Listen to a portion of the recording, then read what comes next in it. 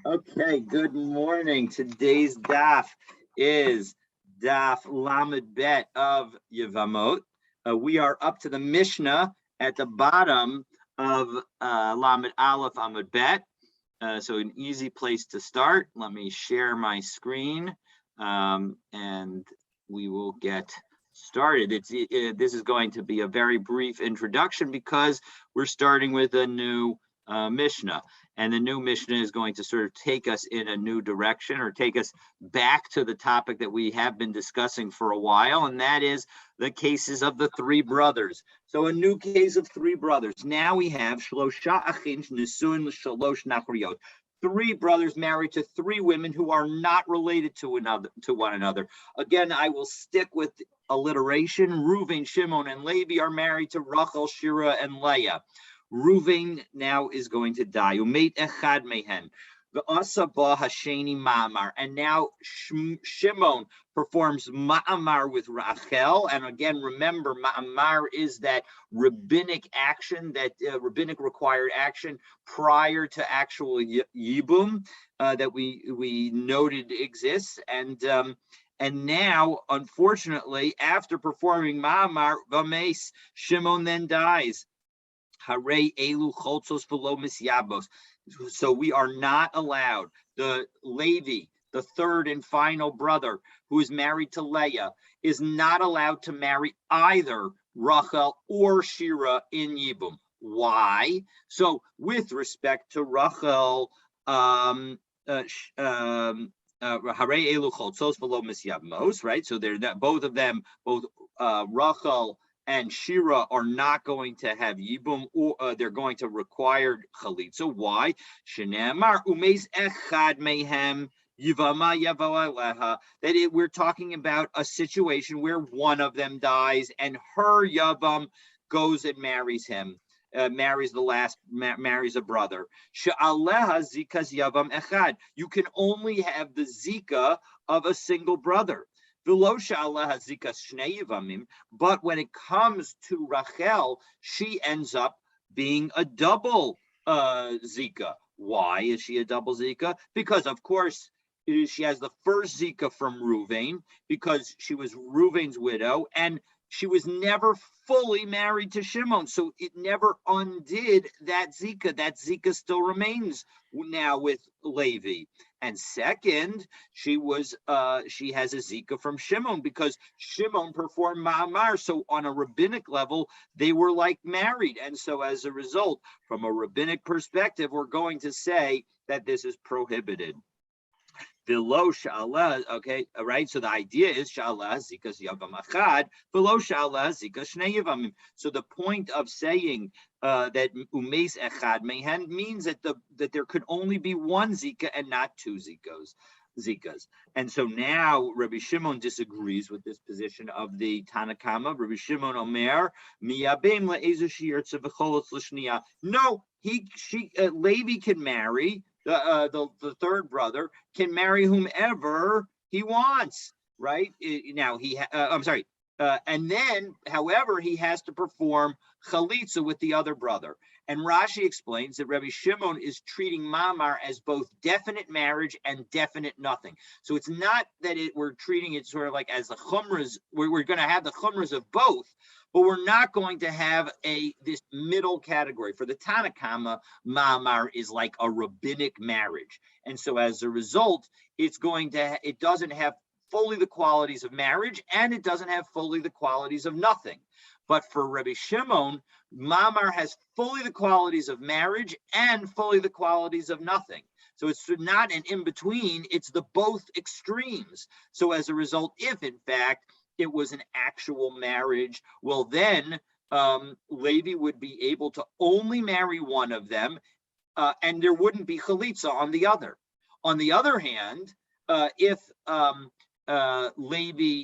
in fact it was nothing, then technically Levi should be able to marry both of them. But if he only married one, the other one would require chalitza because it's two separate situations of Yibum, one from Reuven and one from Shimon. One Reuven's wife Rachel is a widow, and second, Shimon's wife Shira is a widow. So as a result, Rabbi Shimon, on some level, makes a ton of sense, because we're going to treat the Mamar as if Shimon definitely married Rachel, and we're going to treat the Mamar as if nothing happened whatsoever. So, and therefore, what do the strictures of those two situations require? It means you cannot marry more than one, and each woman requires chalitza or yibum. So as a result, if you marry one, you must do chalitza to the second. So now the Gemara is going to ask the zika shnei yivam doraisa. If we're going to say that this zika.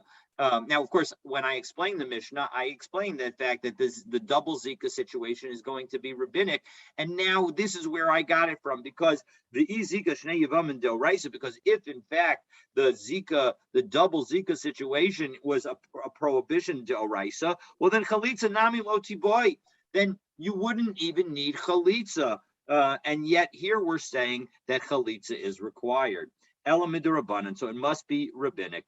Ugzeira. And they created a gzeira, Shema Yomru, Shtei Yevamos Habaos, Mibayis Echad Misyavmos. We have to be worried that people are going to look at the situation and say that two Yevamot are going to come from one house, because really there's no marriage here. This is only a rabbinic construct. There's no biblical marriage here. And so technically, Levi should be able to marry both Reuven's widow Rachel and Shimon's widow Shira, irrespective of the fact that Shimon performed Ma'amar with Rachel. Doesn't make a difference, because that's not a biblical action. But we say that if we actually allowed that, people might look at it and say, hey, these two women were actually both Shimon's wives, because Shimon performed Ma'amar with Rachel. So of course Shira is Shimon's full wife, but now Shimon is also married to Rachel, and people will think that in the situation of a man married to two women, so let's say Reuven is married to Rachel and Leah, and now Reuven dies, the halacha is you can only do yibum on one of the wives. But I might think uniyabim lechada. Okay, I'm sorry, and I might think that if you were able to marry both of them, I might or require chalitza for both of them. I might think if you allowed yibum for one of them, I might think that you can marry both of them with yibum, that they are both subject to yibum. So uniyabim lechada v'nichlotz lechada. So why not? You in the Mishnah, we said that they both require chalitza. Why not allow one of them to be married with yibum and one of them to be married with and one of them be divorced with chalitza, just like Rabbi Shimon? Why not take the position of Rabbi Shimon? So Gzeira Shemer Yamru Bayas Echad Mitzaso Banoi. I might have thought that we would be saying that when you have two Yevamot who are widows of the same man, we're going to say that maybe it could be partially built that we're partially released through chalitza. So I might think that we would allow, people would see this and think that they were both Shimon's wives, and seeing one taken by yibum and one taken by chalitza, they're going to think that this is always required when a man leaves two wives. The Yomru. All right. So the Gemara says, okay, well, what's wrong with that? What's wrong with an extra chalitza? As we've seen elsewhere in Maseches Yevamos, an extra chalitza is not a real problem. Well, that's true if the first woman was taken in yibum and then chalitza was done. Hachinami, you're exactly right. It wouldn't make a difference if we did the extra chalitza at the end. But Alexera dilma chalitz bereisha v'hadar miyabim. But if, on the other hand, the chalitza was performed first, so again, imagine a case of Reuven is married to Rachel and Leah. Reuven dies, and now if Shimon performs yibum with if Shimon performs chalitza with Rachel, he's not allowed to marry Leah any longer. He's not allowed to marry Leah because the chalitza ends the opportunity to perform yibum.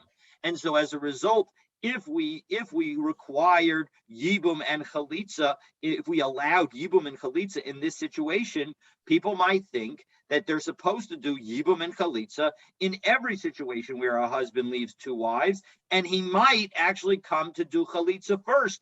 And if he does chalitza first, that's going to be a problem because the kamle ba'asher lo yivneh.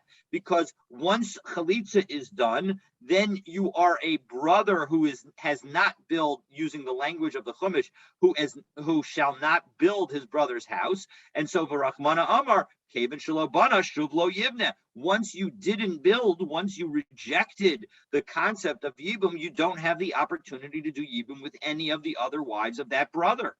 So Amarava Nasan get Lamamaro. So what happens now? New case. What happens if a get is given to if after Shimon performs mamar to Rachel, Shimon gives Rachel a get.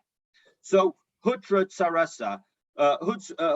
Then according to Rava's first statement, the co-wife, namely the original wife of Shimon, namely Shira can be taken in Yibum. However, Rachel cannot. Avalhi Asura, Rachel cannot. She's prohibited. Why? Demichalfa bivalas get. Because we might be confused with a situation where a regular Yevamah received a get. If, in fact, a regular Yevamah, before before any chalitza or yibum receives a get, we say that that is effectively a statement of I'm going to do chalitza and not yibum, and as a result, you're not allowed to marry that person. And so, therefore, we don't want to get that case confused. And so, as a result, we'll say even in the case of mamar and then a get, that also is we're going to say is going to be prohibited to marry the woman who got the get. But because the get was given, so now there is no wife for whom there's a double zika, and so as a result, Shimon's wife Shira is now a plain Yevamah, and Levi is able to marry Shimon's wife Shira. Okay, Ika da Amri. There's another way that Rava's ruling was taught, or there are some who say that this was what Rava said. Rava nasan get lamamaro. If in fact the get is given to the mamar, namely to Rachel, so hutra afilahi. So then even she is permitted, meaning my taima. What's the reason? Mada avidba shaklai. That what he did, he has now undone, and so as a result, because mamar is only a rabbinic construct, will allow, from a rabbinic perspective, we'll say that when the man gave Rachel the get, he has undone mamar, and so now Levi has the opportunity to do yibum with both Rachel and Leah, because Rachel is now only zika to Levi as a result of Rachel. Rachel is now only a zika to Levi as a result of Reuven's death, and Shimon, his wife Shira, is only a zika to Levi as a result of Shimon's death. So each of them is its own situation, and now Levi has the ability to marry either or both, even or of course neither, but he needs to perform yibum or chalitza with each of them. So wait a minute, what's that case? What? This is a case, again, of Reuven dies, leaves over Rachel, Shimon performs mamar, Shimon then provides a get to Rachel, and now Shimon dies. That's the case that we're talking about here. And so that's the case that Rava is raising, and Rava has offered two possible halachot associated with it. One is that Shira is permitted to marry Yibum, to do Yibum with Levi, but Rachel remains prohibited, because we don't want to get confused with a situation that Shimon performs Yibum with Rachel and then dies, and then divorces her and then dies, where Levi would be prohibited to marry Rachel because Rachel would be a former wife. And the second answer, the second understanding of Rava is no, Levi can actually do Yibum with either Shira or Rachel, as the get that Shimon gives undoes the Mamar, returning Rachel to her original position. Wait a minute. Two questions. One is, that in this case, why does Rashi say, Lishlishi Sheyamut Sheni? Why isn't it just Hutra Shlishi? Oh, because we're talking about both. I no, as in I understand that Shimon dies, but I assume is it just in Achinami that Rachel is muteret to Levi even before Shimon dies? Because you know what, you raised a good question. I have to look into that. Let me look into that. Because it's possible that it's just afiluhi, this saying that just that way there are two and both of them are permitted, but in Achinami Rachel is permitted even before Shimon dies. Yeah, I mean, I certainly understood this as suggesting that she would be permitted to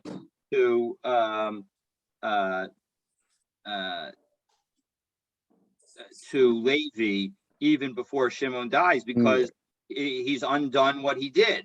So and then in the first case, you don't need three brothers, right? The first case of Rava is it seems that what we're saying is that these statements are not contradicting each other.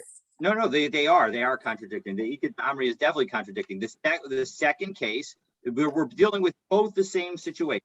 In both of the two cases that Rava is giving different answers to, we're talking about Reuven dies, Rachel, his widow, has Mamar done to her by Shimon, and then Shimon provides Rachel with a get, and now Shimon dies.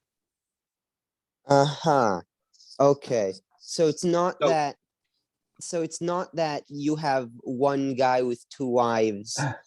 Like Reuven has two wives, dies, and Shimon does Mamar and then a get. That's just a complete Hivanti. Okay. All right. So those are the two different views of Rava as to whether a get, when it undoes Mamar, can it undo Mamar as if Mamar never occurred, or do we have and the question is, well, I guess it does do that. It undoes Mamar as if it never occurred. But the question is, do we have a gzeira that we're worried about a situation where a get is given as a mechanism of chalitza? And so as a result, we'll say, or even not as a mechanism of chalitza, but rather if actual yibum had been done and then a get. So those are the two situations where if a get is given, you would not be allowed to marry Rachel at all. She would go back to being considered a brother's wife, and a brother's wife is prohibited outside the context of Yibum. So that's the question of whether or not Rava holds that gezerah. Okay. If you do Yibum and then give a get, what's the problem with marrying her after that?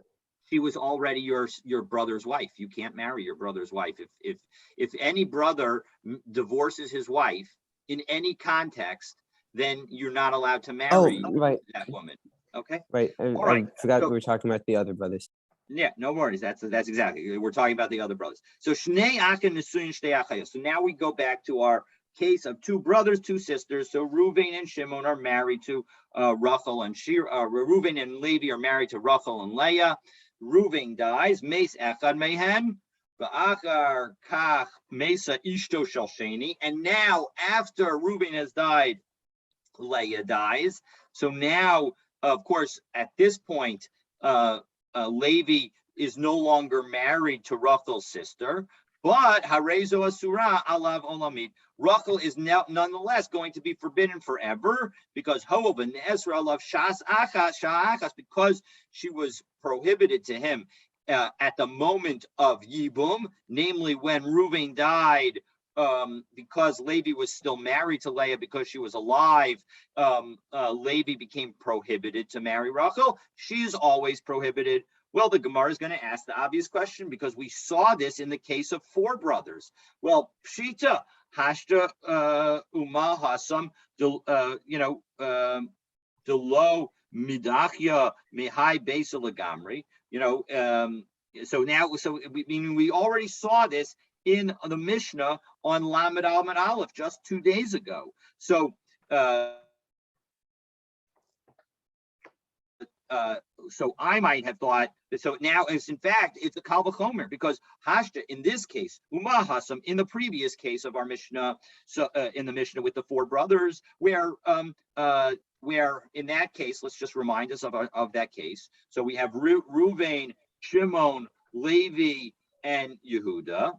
And what happens? So Ruvain and Shimon are Ruvain and we'll keep with Ruvain and Levi, married to sisters Rachel and Leah. Ruvain dies. Shimon performs Yibum, and then Levi's wife Leah dies, and then Shimon dies. We said in that case, because Levi was not eligible to do Yibum to Rachel when Ruvain died, because he was still married to Leah. Even now that Shimon dies, Levi is still not allowed to marry Rachel in Yibum. We don't say it all starts over again. So Hashta Umahasam Delo Midachya Mihai Besa Lagamri. In that situation, Rachel was not completely rejected from the house, because she was able to marry Shira. She was able to marry Shimon, Amrat Lo, and yet we still said that when Shimon died, Levi's not allowed to marry her. So Hacha to Kamidachya Mihai Besa Lagamri, where at the moment that she became a Yevamot, she was rejected from the house completely, because there were only two brothers, and the only other brother was married to the sister. So Lo Kolsha came. So certainly she's not allowed to marry Levi ever. Well, Tana Beresha. Really, the Tana taught this halacha first. And as we saw before, we're going to give the same answer now. And originally, the Tana of our Mishnah thought that the case that we talked about on Lamed Amud Aleph would be permitted. Namely, that when Shimon marries Rachel, we treat it as if it was a brand new marriage, as if there was never the Yibum beforehand. So Vahadar Chazil Isura. And so as a result, but then as the Tana thought that really it should be forbidden. And so once he realized that he was going to teach that one was the forbidden one, that was the bigger chiddush, and so as a result he taught that one first. Umishnah and our Mishnah lo zazam imikoma. He had already taught it, so he didn't remove it. He just left it as a second teaching. So as a result, it's basically a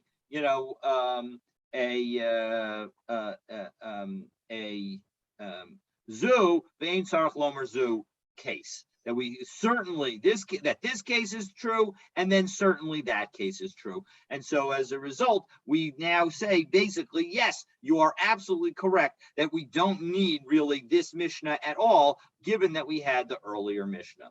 Tana Rabbanan, Ba'aleha. Now we have a brisa, and we're going to focus on Shimon's ruling. We're going to focus on the case where one of the brothers does something that he wasn't supposed to do. So Ba'aleha, what happens if after Ruvain dies, Shimon sleeps with Ruvain's widow Rachel?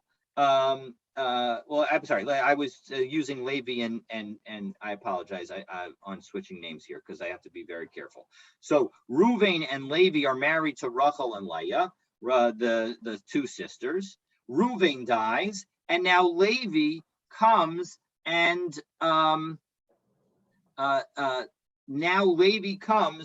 has relations with Rachel. So So according to the Tanakama of the Brisa, chayev aleha mishum eshes ach, he has violated the prohibition of sleeping with your brother's wife, because again, that prohibition applies even after the brother dies. The only exception is when the brother doesn't have any children, and then an yibum is done. So when it's in the context of yibum, you have an exception, but otherwise it's an eshesak, so that's a problem.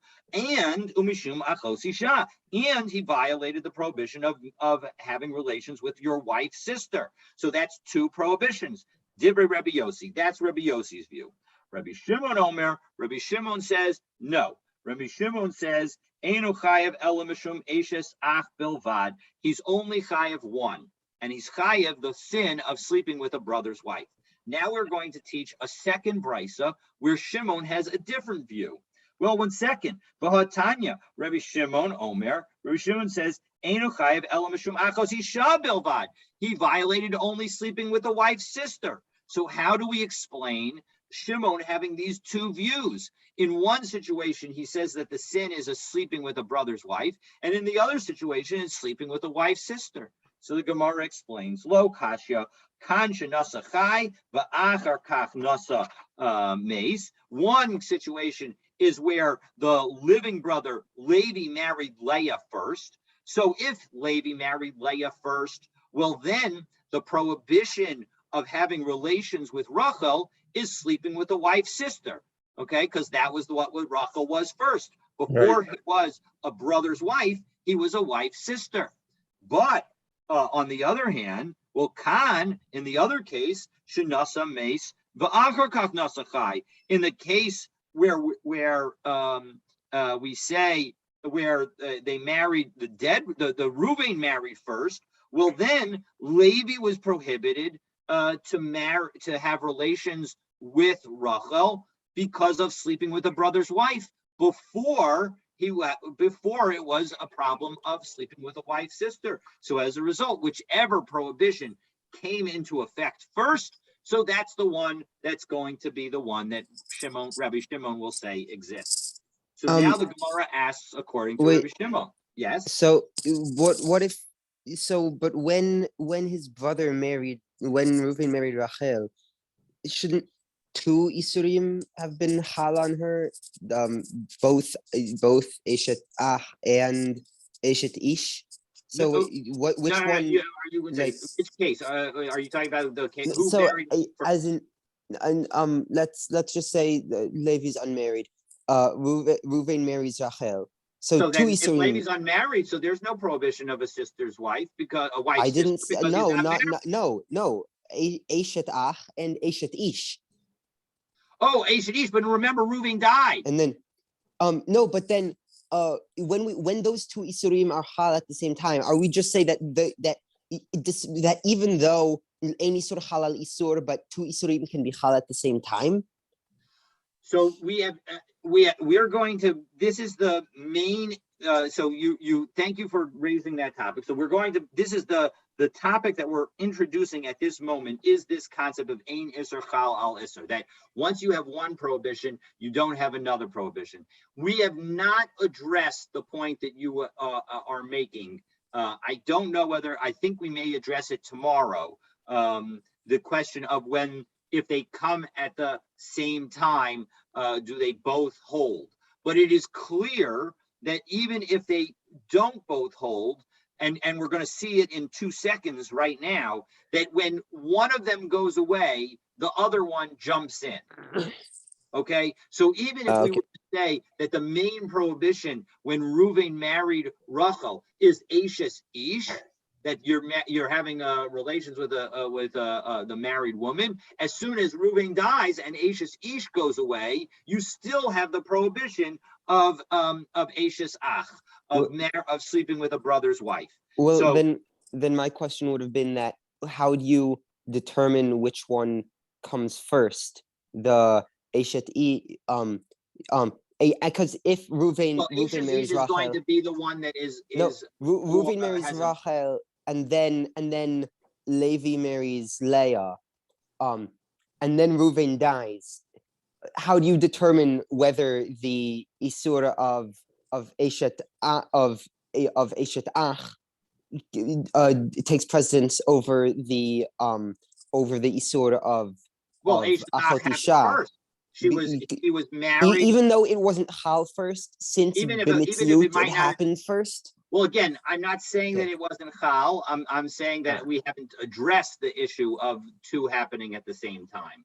So we will need to address that issue in order to be able to answer your question fully. But let's take a look at the next piece, because again, I think that it at least helps to some degree. So Rabbi Shimon. So according to Rabbi Shimon, if Reuven married Rachel and then Levi married Leah, so Kavan de Isur Achos Isha Lo Chayil, because we never had the wife-sister prohibition never took effect. Why not Tisyabim Yebume? When Reuven dies, let Levi marry Rachel, because after all, the prohibition of a wife-sister never came into effect.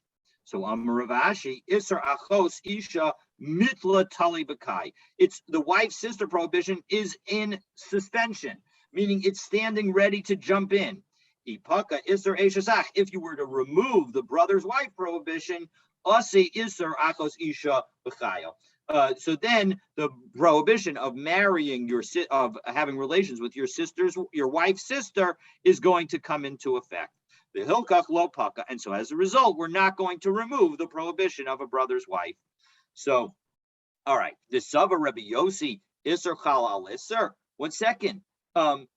Now we've been talking about Rabbi Shimon's position, which seems clear because he says that there's only one prohibition. It must be that he says Ein Isser Chal Al Isser. Well, Rabbi Yossi said that there were two prohibitions, that there was both the prohibition of sleeping with a brother's wife and the prohibition of sleeping with a wife's sister. So that implies that Rabbi Yossi says that a prohibition can take effect on another prohibition.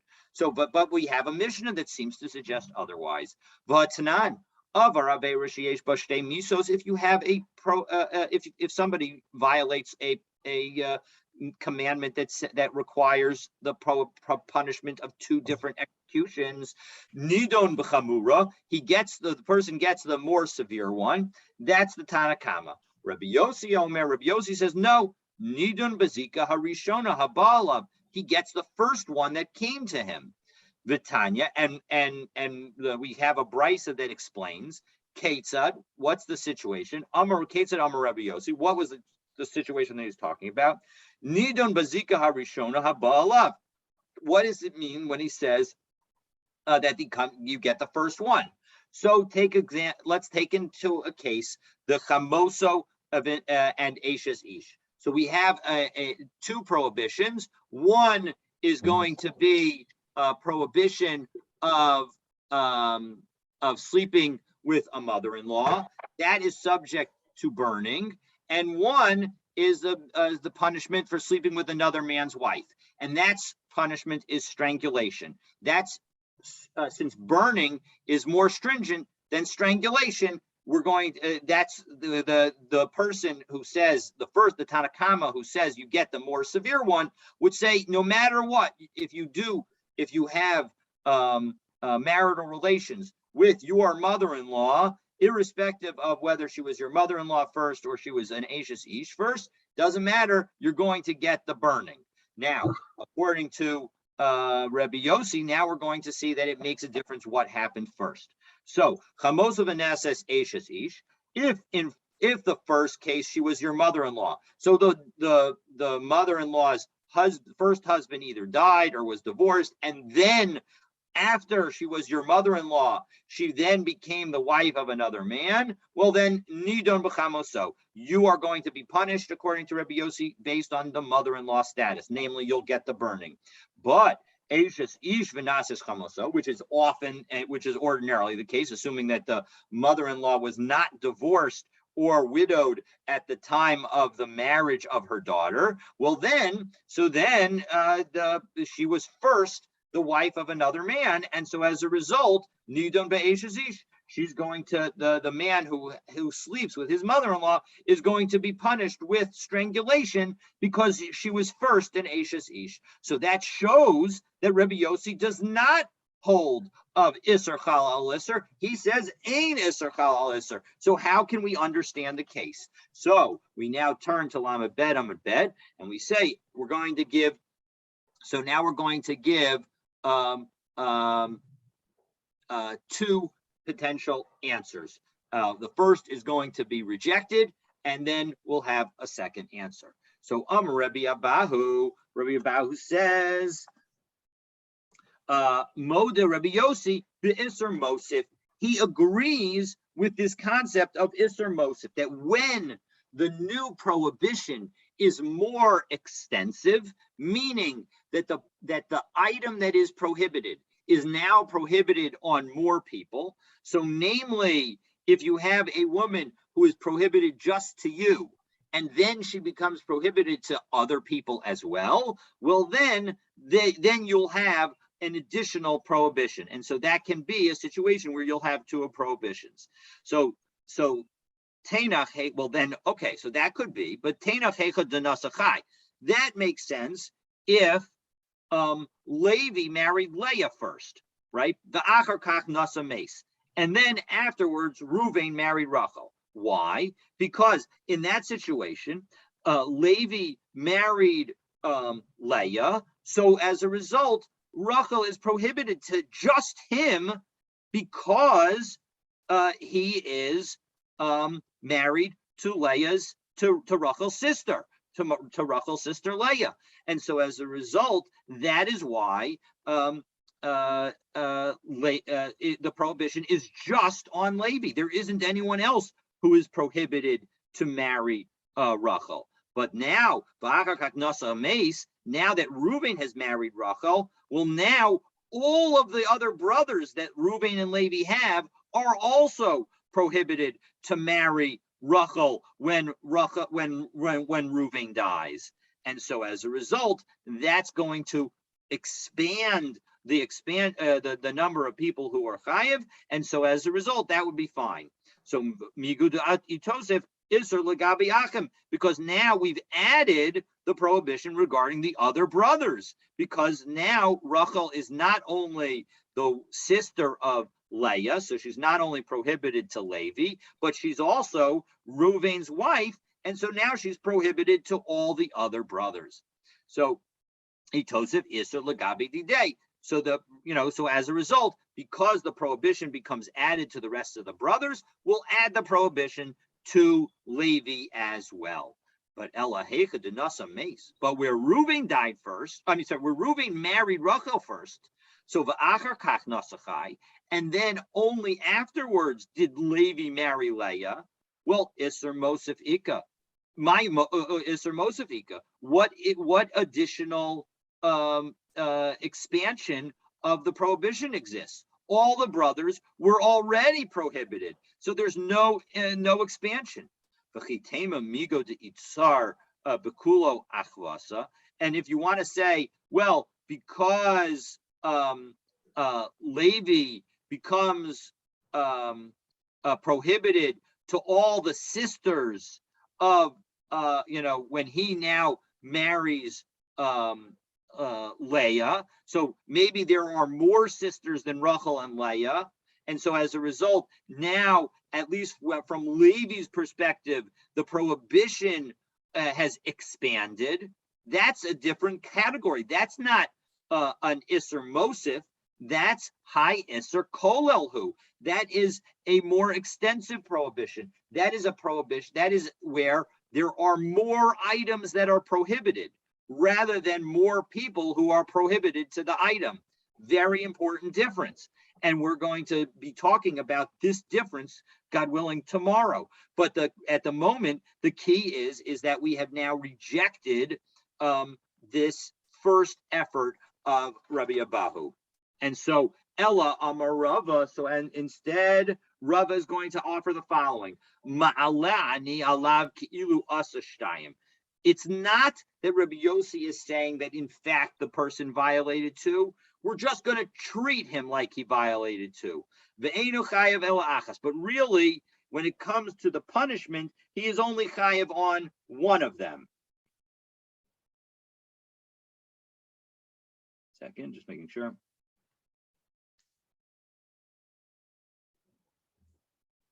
Yes. Okay. So he's not actually going to be chayav two chatas as if he did it accidentally, or without realizing what he was doing.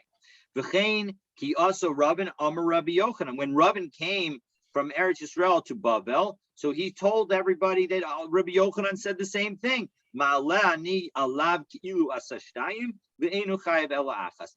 we're going to treat him like he did two, but he's actually only liable for one.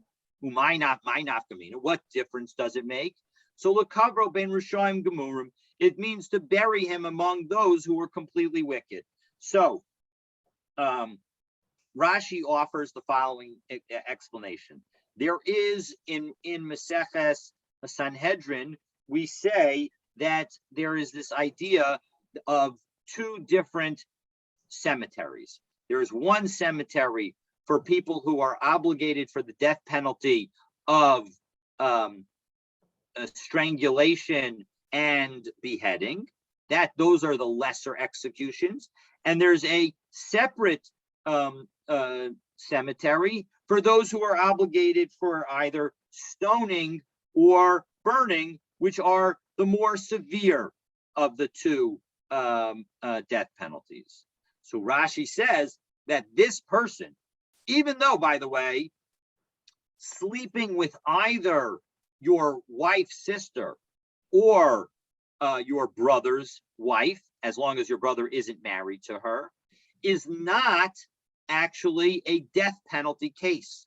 But nonetheless, Rashi says that we would bury the person in the cemetery for people who were executed by stoning and burning. That is what Rashi says. Tosfos says, I don't understand. This person isn't getting actual skila or sreifa. They're not, none of those things are happening. And so as a result, Tosfos just says that we treat the person as a rasha in terms of where we're going to bury him in a regular cemetery. And so that is Tosfos's explanation. Okay, so now we come to the final set of cases, a discussion. We had mentioned this concept of Isser Kolel, that there was Isser Mosif, right? The first position of Rabbi Abahu was that if it's Isser Mosif, then you'd be obligated for both violations. And that may be true, but it wasn't a good enough explanation to explain why Rabbi Yossi would say that there was two here. But now we're going to analyze this concept of Isser Kolel, but we're really gonna have that main discussion tomorrow. Right now, what we're going to do is we're going to talk through three cases where Rabbi Chia and Bar Kapara have almost the identical argument. And in each of the cases, Rabbi Chia is going to say that you're chayav for two violations, and Bar Kapara is going to say that you're chayav for one violation. And we're going to explain their logic today in detail, but not in theory. And so we're going to, God willing, tomorrow we'll talk about their logic in a more broad and conceptual perspective as opposed to the details. So let's take a look at the three arguments. Ubiplukta. Now there's three different arguments that we've got with respect to what we will see is this concept of Isser Kolel, of where, again, first, the good example of this was the case of where Reuven first marries Rachel, and so now all the brothers are prohibited to, even if Reuven dies, are prohibited to marry Rachel unless it's in the context of Yibum. And then now Levi marries Leah. And so as a result, now not only is Rachel prohibited to Levi, but now and Leah is of course Rachel's sister, but now any other sisters that Rachel and Leah have are also prohibited to Levi. So that was an Isser Kolel. So now we're going to see, again, let's take a look at these three arguments. So beplukta, we've got three arguments associated with this topic. De itmar, we say, zar sheshimesh b'Shabbos. You have a non-Kohen who does works in the Beis Hamikdash on Shabbos. Rabbi Chia Omer chayav shtayim. Rabbi Chia says you're chayav two violations.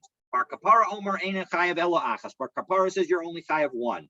Kafatz Rabbi Chia v'nishba. Rabbi Chia got, immediately swore havodah by the service in the Beis Hamikdash. But kach shamati Rabbi shtayim. I heard Rabbi say two.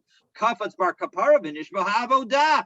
Kach shamati Rabbi achas. Rabbi Bar Kapara says no, it was just one. So hitchil Rabbi Chia ladun. So Rabbi Chia explained Shabbos l'kol nesra. Originally, Shabbos was forbidden to everybody. Obviously you can't do any avoda on Shabbos. Shabbos was on a prohibition that applied to everybody. Kisha hutra b'mikdash. Eitzel kohanim hutra. And when it was permitted to do certain kinds of work for the avoda in the Beis Hamikdash, it was permitted only for kohanim. L'kohanim hutra below lazarim, but not for other people. So yesh kan mishum zaros, but yesh kan mishum Shabbos. And so as a result, the person has violated both Shabbos and violating of the service of a non-Kohen in the Beis Hamikdash. So Hitchel Bar Kapara ladun. So Bar Kapara responded as follows: Shabbos l'kol nesra. No, originally Shabbos was applicable to everyone. Kisha hutra b'mikdash, and when it was permitted to in the Beit Hamikdash, hutra, it was permitted for everybody. Ein kan elazara. So as a result, it was only a prohibition. The only prohibition that this person did is the fact that he did service in the Beis Hamikdash as a non-Kohen, because service in the Beis Hamikdash on Shabbos is not prohibited. So Baal Mum Sheshimish, now argument number two, Baal Mum Sheshimish B'tuma, same kind of situation. Now we have a Kohen that has a mum, a blemish, and how he does service in the Beis Hamikdash while he is tamei. So Rabbi Chia Omer chayav shtayim. Rabbi Chia says chayav two. Rabbi Bar Kapara Omer ein chayav ela achas. He says no, one. Kafatz Rabbi Chia v'nishba. Rabbi Chia says no. Havodah kach shamati Rabbi shtayim. Kafatz Bar Kapara v'nishba. Havodah kach shamati Rabbi achat. Each of them swears that they heard Rabbi say two or one respectively. So Hitchel Rabbi Chia ladun. So Rabbi Chia began to explain his argument. Tuma l'kol nesra. The fact that you are tamei and you're going into the Beis Hamikdash, that was prohibited to all kohanim. Kishahutra b'mikdash, meaning, that kohanim were prohibited to become tamei. Kishahutra b'mikdash. But when we say that tamei tuma of a kohen might not apply in the Beit Hamikdash, Eitzel Kohanim Tamimim Hutra. It was specifically with respect to unblemished Kohanim. So the Kohanim Tamimim Hutra below Vale Mumim, but not for people who had Mum. So that as a result, Yesh Kan Mishum Vale Mumin, but Yesh Kan Mishum Tuma. So as a result, he has violated both the Tuma prohibition and the blemish prohibition. So Hitzcha Bar Kapara Ladun, Bar Kapara says, no, Tuma L'Kol Nesra. Again, he starts with the same concept that Tuma was prohibited to all Kohanim. Kishahutra b'mikdash, and when it was permitted in the Beit HaMikdash, Hutra, it was permitted for everyone. So Ein Kan Elamishim Balmum. So the only problem here is that we have a Balmum doing service in the Beit HaMikdash. Third dispute, Zar Sha'achal Malika. So quick background, Malika is this idea of slaughtering a bird using your thumbnail as opposed to a knife. And instead of going from the front of the neck, you're going from the back of the neck. And so there are, this is only a permitted mechanism of slaughter in the Beit HaMikdash for bird offerings. If you were to do Malika outside the Beit HaMikdash, the animal would be considered a nevela and be prohibited to eat. So now in our, what is the case that we're talking about? We're talking about a non-Kohen who in the Beit HaMikdash slaughters a bird offering and is going to eat from that Malika offering. So I guess he doesn't necessarily have to be the one who slaughters it, but he actually eats from that offering. So Rabbi Chia Omer Chayav Shtayim. Rabbi Chia says that you're liable for two penalties. Why?